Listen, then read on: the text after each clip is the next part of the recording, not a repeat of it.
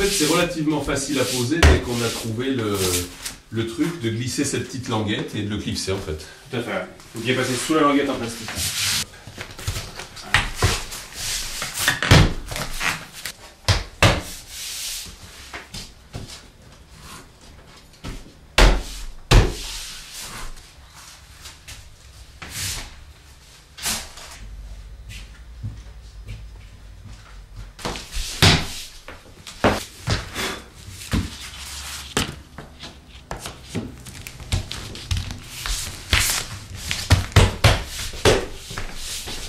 Alors il faut bien qu'à chaque fois on nettoie, parce que je vois que s'il y a des petites... Voilà, ça, il faut bien penser à bien nettoyer. La précision de l'usinage ne tolère pas poussière ou... Tu me disais la précision, elle est de... Centième de millimètre.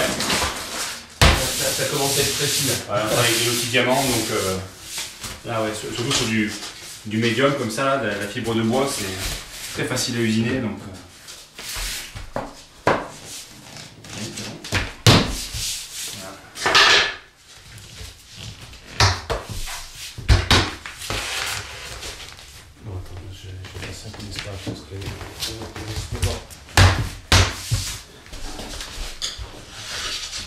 Alors là, je vois que tu attaques dans l'autre sens. oui, maintenant on commence à être limite au niveau de la place de travail. Donc on va terminer en travaillant à l'envers, en avançant et non plus en reculant. D'accord. Voilà, tout simplement.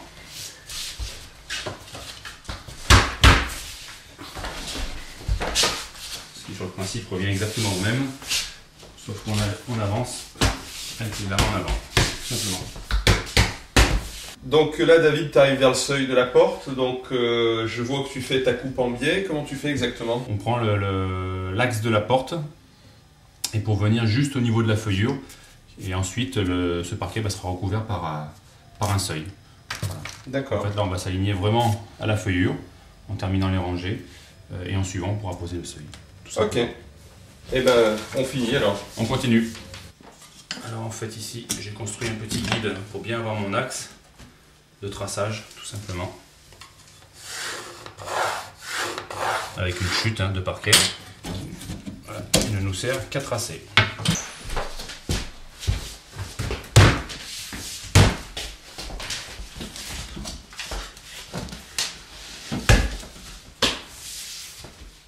Et donc là, je refais la même chose en fait. Donc là, on refait exactement le même exercice. On va directement clipper la lame.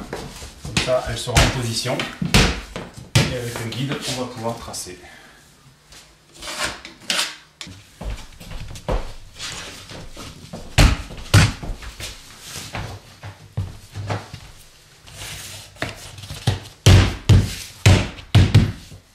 Donc il ne nous reste plus qu'à finir la dernière rangée. Par contre, on n'a pas assez de largeur, donc il va falloir qu'on fasse des coupes tout le long. Voilà, on va reprendre les lames dans la longueur. Chaque lame va être coupée.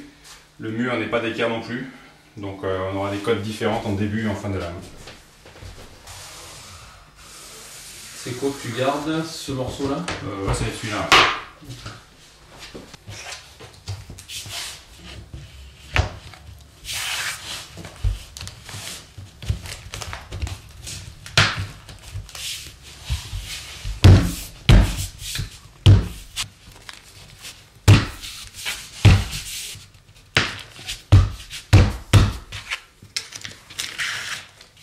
Bon, bah écoute, David, t'as bien travaillé, hein, ça a bien avancé, fini. Ça y est, la pose du plateau est terminée. On va désormais pouvoir enlever donc toutes les cales du jeu périphérique et s'attaquer à la pose de plainte. Donc les plaintes, voilà. Voilà les plaintes, donc c'est du médium, replaqué chêne et teinté de la même couleur que le parquet. Ok. Voilà, teinté et verni. Donc tu les poses comment? Tu les colles? Alors, on va les coller directement sur le support. D'accord. Simplement. Là, je vais enlever le bout parce qu'il y a la rainure.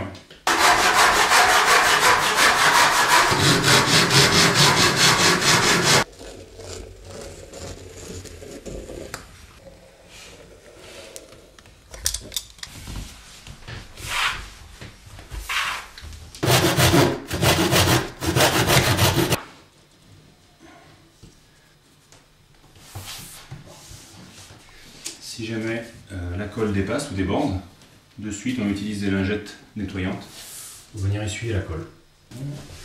Alors la barre de seuil. les plaintes sont finies de poser, donc maintenant il ne nous reste plus que le seuil. Voilà, donc au niveau du seuil, on va utiliser un seuil 3 en 1, sur le même principe, hein, du médium gros plaqué chêne, hein, teinté la même couleur que le parquet. Le principe de l'Ingénio 3 en 1, en fait, c'est avec une seule barre de pouvoir faire 3 types de seuils. Donc là on est sur un support bois, on peut visser directement dans la dalle.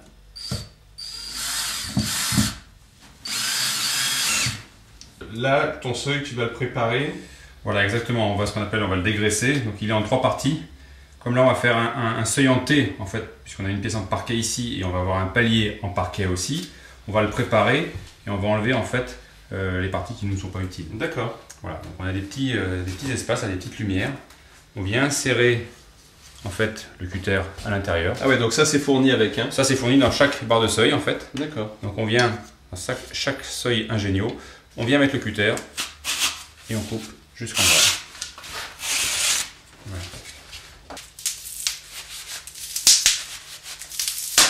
Voilà, qui s'enlève. Donc est fourni aussi avec le cutter une bande abrasive pour venir ébavurer simplement le seuil pour pas venir se faire mal en la manipulant. Ouais, c'est déjà du seuil de haute technologie là. Et pareil pour l'autre côté. Voilà, il faut que tu conserves que le T qui va reposer sur chaque parquet. Exactement. Un T de jonction.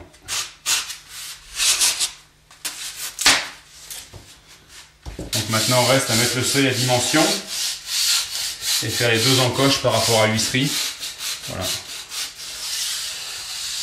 Et il sera prêt. Donc après on ne va pas le clipper de suite puisqu'en suivant, donc il n'y a pas de vis apparente, hein, on a vissé le socle au niveau du sol.